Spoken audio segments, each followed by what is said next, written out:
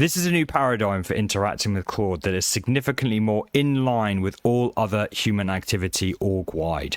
Command AI. Once you do all of the under the hood engineering work to make this just work, across tools, integrations, computer environments, memories, Claude basically joins the team in a seamless way. You can talk to it as you would talk to any person, and it can help with a very large variety of workloads.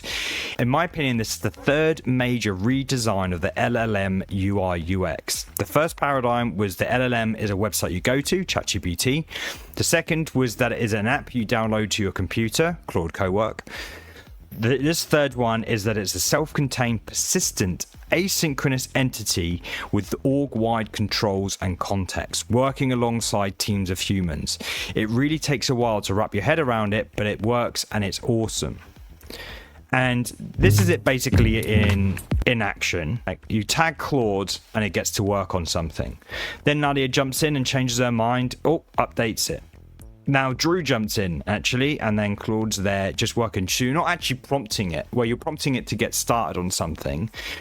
Well, actually, you're not. We'll get into that. It's constantly watching a conversation and then changing its output in real time without you having to actually say or do anything. They tagged it to get it to do a piece of work. It was a report or something like that you saw. However, once you've got it set up in your organization, it is always watching, it is always listening, and it's always learning. So it's not like you tag it and then all of a sudden it's got to work. No, it's already working. It's already noticed the conversation. It's just waiting for you to tag it to say, just get to work on it. So in theory, you could just say, Claude, get to work after a long conversation, or whether it's a channel, whether it's a thread or what. So it is, as Karpathy says, this omnipresent, integrated team member that's ready to get to work. I said this to my friend the other day. This is using a scary amount of compute and tokens just for that convenience of constantly watching. Yeah. It's just burning all the time. Yeah, I was thinking also the conversation can get really long, and it does sound like a natural place for AI to be. Really. And for agents, like, can you grab me that specific information? And it knows it. This is the thing, right? With what you've just said, Claude Slack app as chatbot has always been involved, and this is where when I first saw it, I wasn't too excited about it, but then I learned a bit more and thought about it a bit more. You've always been able to bring Claude into a chat and ask it to go and do something for you.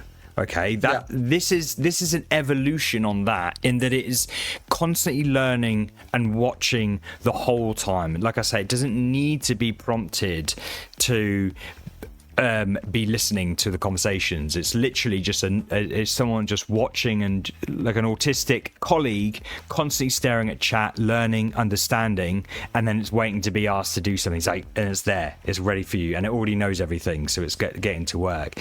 The chatbot that already exists was still able to do a lot of these things. It was still able to action a lot of these things, but it's that learning element and that's omnipresent element that you don't even think it's there. You don't even know it's there. That's where the shift is here. I recently got into tagging Claude and creating GitHub issues and tagging Claude in it. I was like, this feels natural. This feels like the way that Claude needs to be.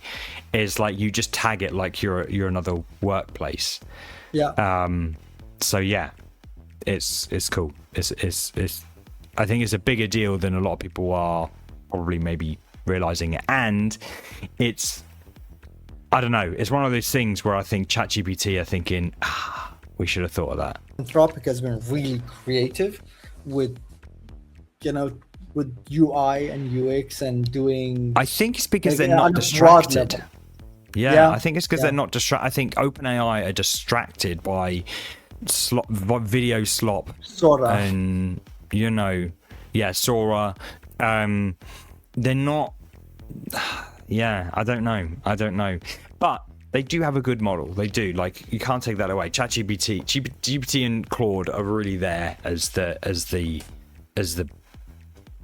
best models on the planet right now. This is part of a larger conversation on my show, Command AI, which we stream live every single week. We discuss the news and all things related to AI in the world of design and web. Catch us next week and join in the banter. Command AI.